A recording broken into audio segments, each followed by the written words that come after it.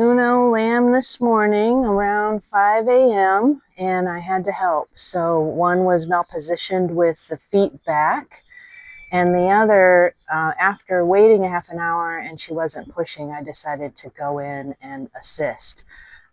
These lambs are huge. One is 13 or 12 and a half pounds, and the other is 13 pounds, something like that. They're both over 12 pounds. So poor girl.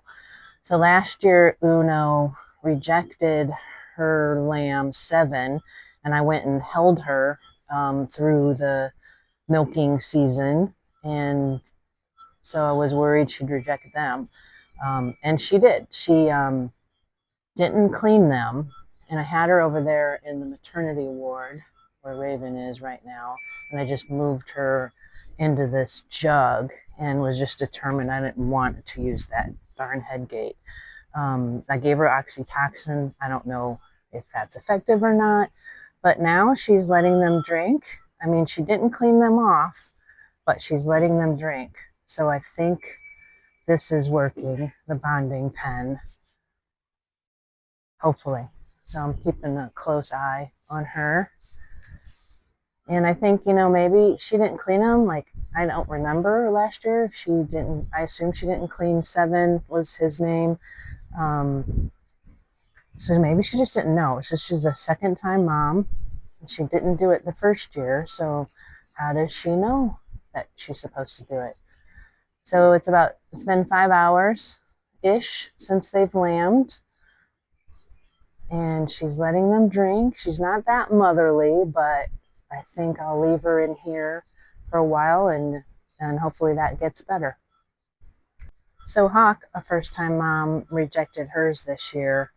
She had one out in the barnyard, and the other one in here in the maternity ward, but she rejected them. So I had her and them over there in that head gate for almost 4 weeks, and kept trying, and she just kept rejecting.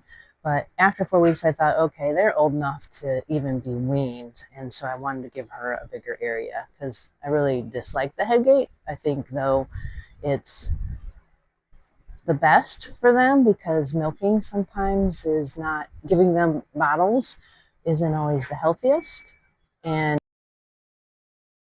sometimes they don't survive later on even if they survive the bottle feeding, and they just don't have the growth. And if I wanted to try her again next year and give her a second chance, I think the head gate's the way to go. So the interesting thing is since I've had her in this bigger area, she does let them drink.